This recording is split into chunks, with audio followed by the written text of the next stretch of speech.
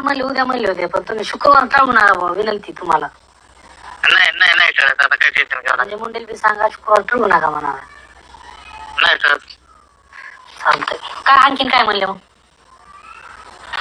काय झालं तू काय म्हणत? हा पण त्याला म्हणा खुश करा ना, तुम्ही खुश झाले पण आम्ही 3-4 जण बरं का. आता ते उद्या आहे का आपल्याला सर नाव सगळं येणार आहे त्यांची डिटेल फोन परत उद्या. हा उद्या कसं जाईल मग? कोण पण त्यांच्याकडे काहीच नाही. नाव बोललं तर म्हणजे ह्याच्याकडे काहीच नाही, नसते पुस्तकाला गोळ्या आणायला लागली. ठीक आहे. 14 जण कोण? आता तर पण काल बी गेलते का? हा पाय काल गेलते काल. असं का?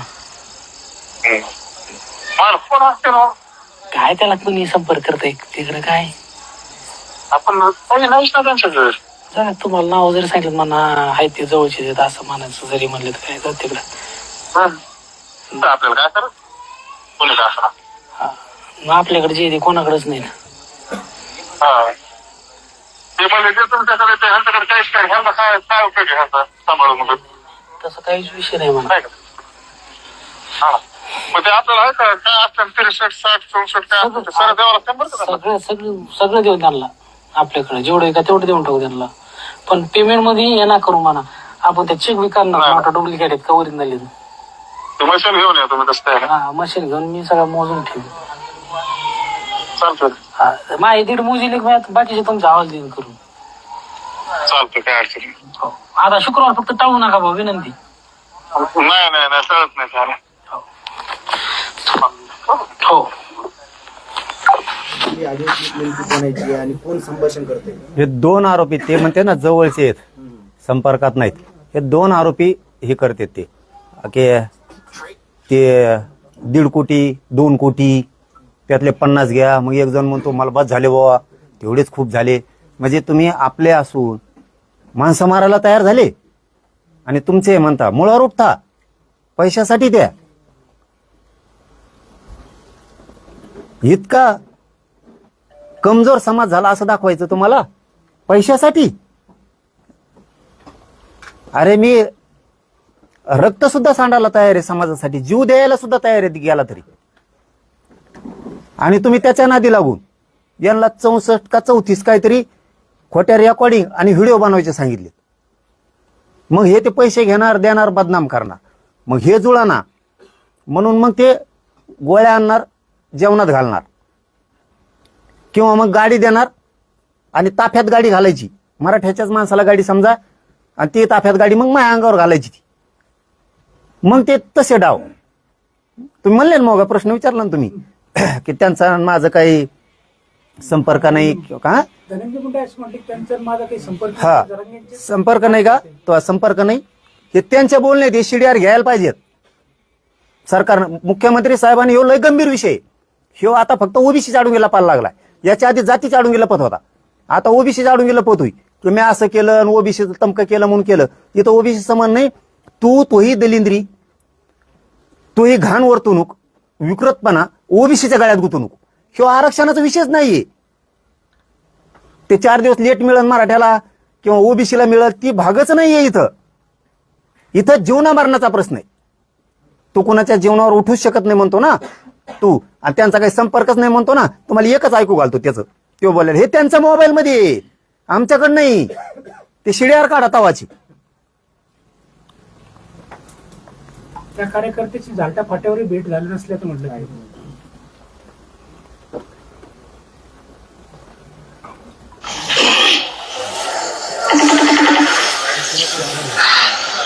आरोपी आणि धनंजय मुंडे. साहेब आले पुण्याला? बर साहेब काय करायचं मग? थांबा जरा, तुम्ही गडबड करू नका. थांबा, मला माहिती योग्य वेळेला करतो. तुम्हाला आता गाडी पाहिजे असेल तर मी दुसरी माझ्यावाली गाडी तुम्हाला देतो वेगळ्या पासिंगची. चालतं काय अडचण सांगतो. रविवारी येणार का? रविवारी येतो मग साहेब मी. नवी गाडीच पाहिजे अशा मी देतो तुम्हाला, पण आत्ता नाही देऊ शकत मी अडचणीत आहे. आत्ता तुम्हाला पाहिजे तर मी माझ्यावाली कधी गाडी देईल. हो चालतं, पण मी तुम्हाला भेटतो ना उद्या. आहेत का मग? नाही मी रविवारी. उद्याच रविवारी साहेब मग येतो मी तुम्हाला बोलतो. परवा रविवार. हा परवा सोमवार येऊ का? चालतंय येतो साहेब परवा.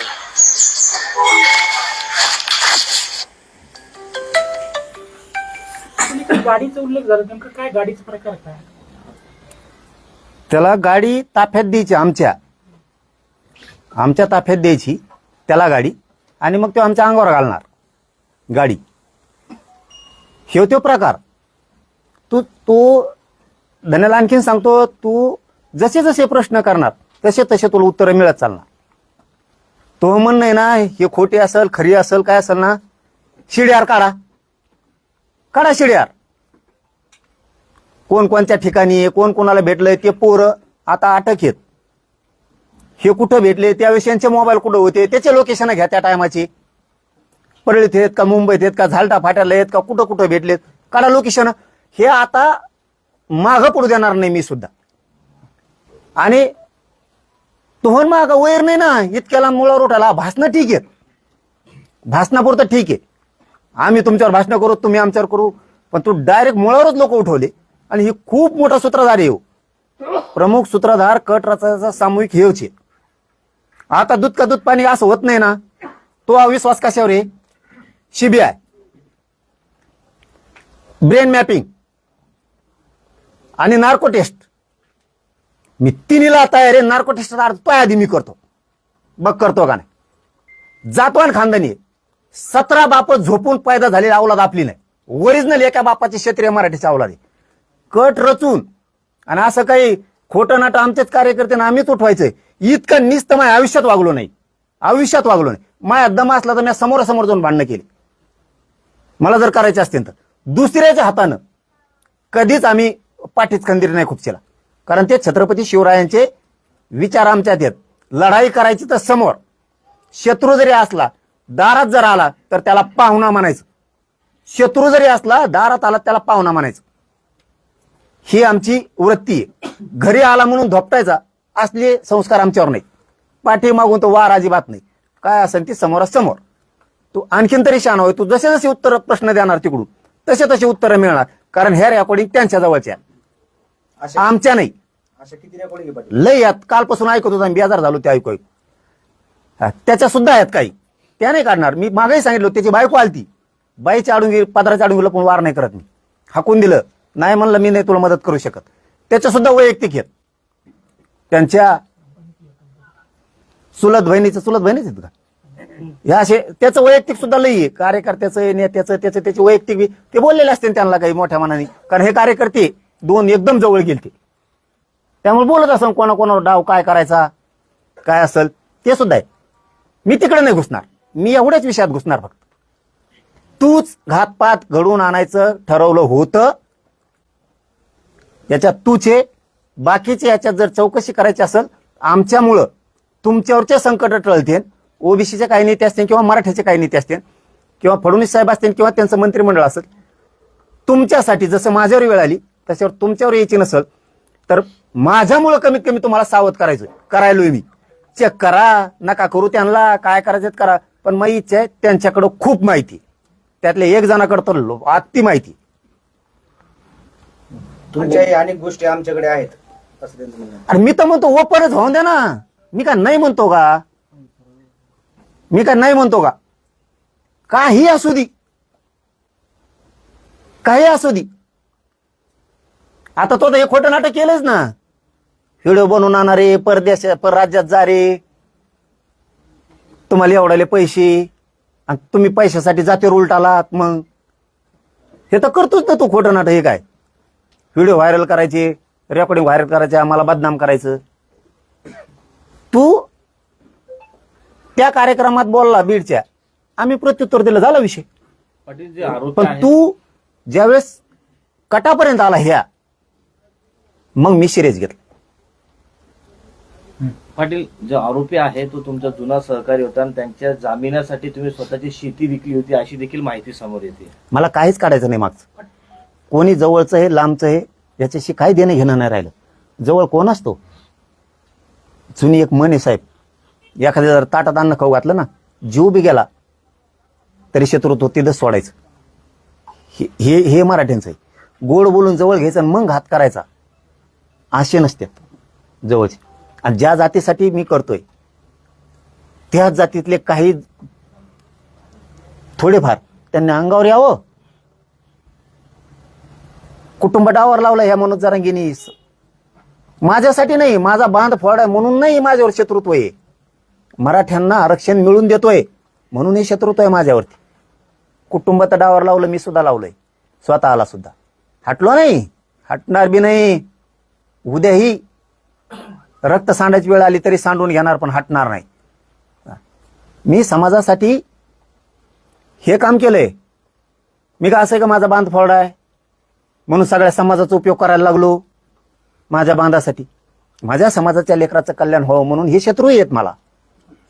आणि आता तर खरोखरच झाले. शत्रू हे भाषणात म्हणण्यापुरतं असतं, वैर हे भाषणात म्हणण्यापुरतं असतं. अरे खरोखरच वैरी शत्रू झालेत की सुपाऱ्या द्यायला लागले डायरेक्ट. ही सोपी साधी गोष्ट नाही वाटतं तेवढं. म्हणून मी मराठा समाजाच्या नेत्याला सांगितलंय, सगळ्या संघटना समन्वयकांना सांगितलंय, अशी वेळ प्रत्येकावर येऊ शकते. आता मजा बघायचे दिवस नाहीयेत माझ्यावर वेळ आली म्हणून. आता सगळ्यांनी याचं सखोल जाण्याची गरज आहे. आणि मी जर याच्यात काही दोषी असतो, मी सखोल जा म्हणलो नसतो, मराठा समाजाच्या नेत्याला मी आव्हान केलं नसतं, मराठा समाजाच्या संघटनेला आव्हान केलं नसतं, मराठा समन्वयकाला सेवकाला आव्हान नसतं केलं ना. मी तयार आहे ना सगळ्याला, मी कशाला आव्हान केलं असतं.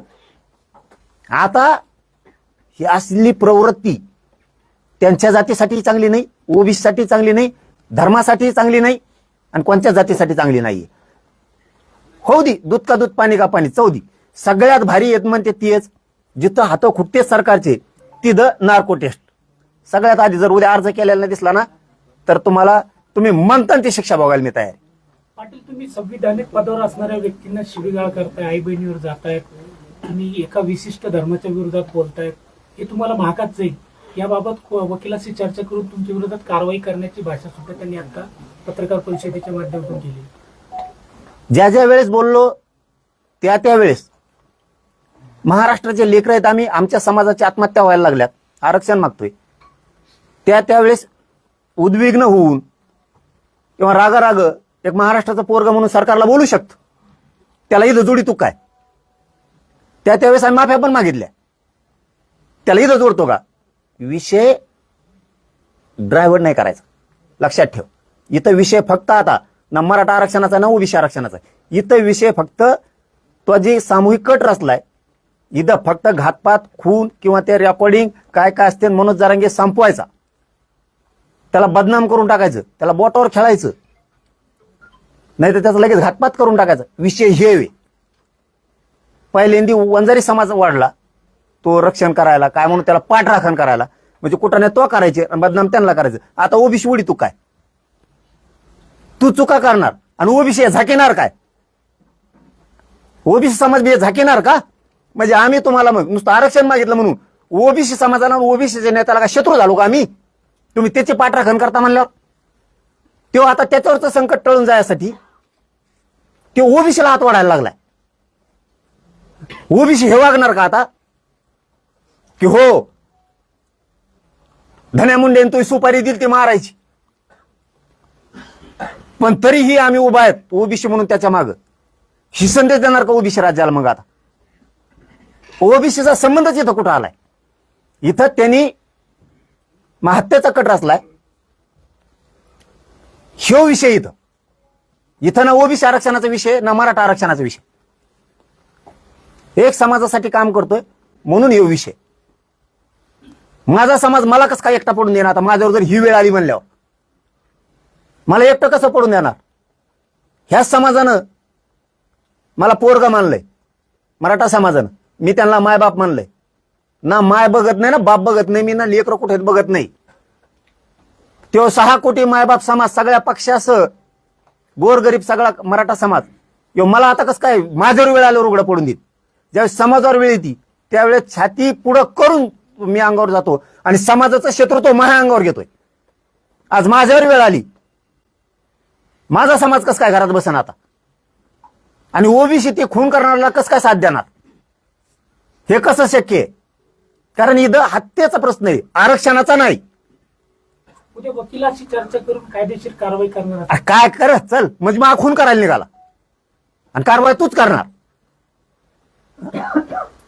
आणि हे सत्ताधारी आणि हे अजितदादा असे पाळणार. आता अजितदादाला पण शॉक बसला असेल ना, झालं आरक्षणाच्या विषयात अजितदादांना बोललो असतो, योजनेबद्दल एखाद्या बोललो असतो. विषय इथं आता डायरेक्ट हत्या घडून आणण्यापर्यंत आहे. आम्ही तुम्हाला दोषी धरतो का अजितदादाला? नाही, पण तुम्हाला आता अजितदादा हे असले विकृत लोक हे संपावं लागते, पर्याय नाही.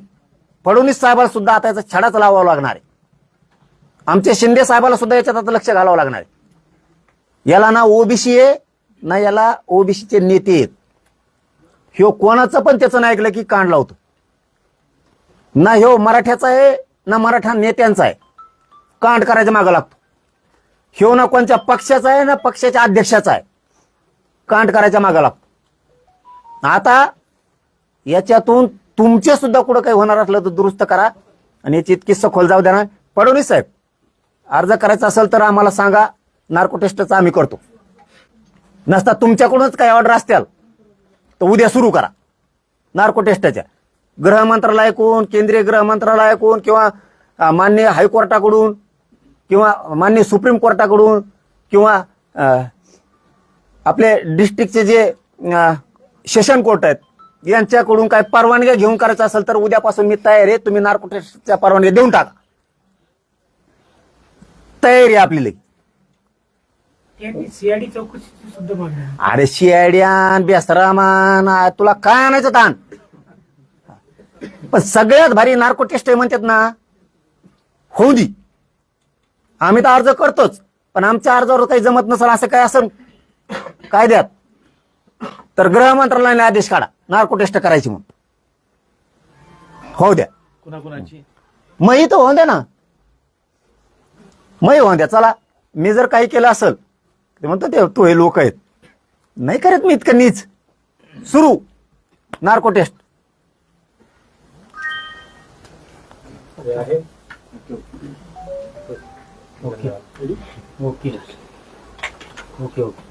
आणि हॅलो, एक सांगायचं राहिलंय, मराठा समाजाला मी सकाळी पण सांगितलं होतं, पुन्हा आता एकदा सांगतो, मी बरोबर सगळं करतो.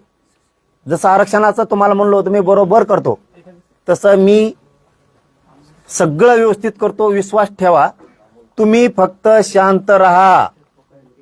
माझी सगळ्यांना विनंती. अवघड कामं आहे ना, मी करतो ना आरक्षणासारखं अवघड.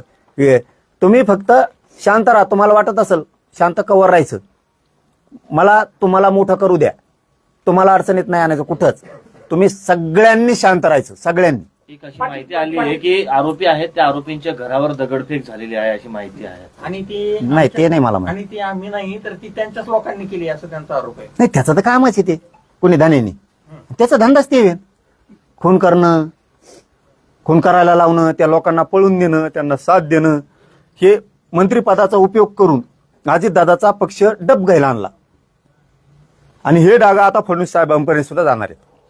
त्याच्यामुळं ते काय म्हणतात त्याला नाही मोजित मी, पण हे असले हल्ले फल्ले काही करायचे नाही. हे नाचके निघाले, नालायक निघाले. घरच्यांनी लेकरांनी काय केलं? माझी नियत वाईट नाहीये. घरच्यांनी काय केलं त्यांना काय करू नका. करणारापेक्षा करून घेणारा लय महत्वाचा आहे. त्यामुळे तुम्ही फक्त शांत राहा. मी सकाळी सांगितलंय तुम्हाला, हे विकृत हे नासक्या मानसिकतेचं आहे. त्याच्यामुळे त्याच्या समाजाला सुद्धा नाही भोगून द्यायचं.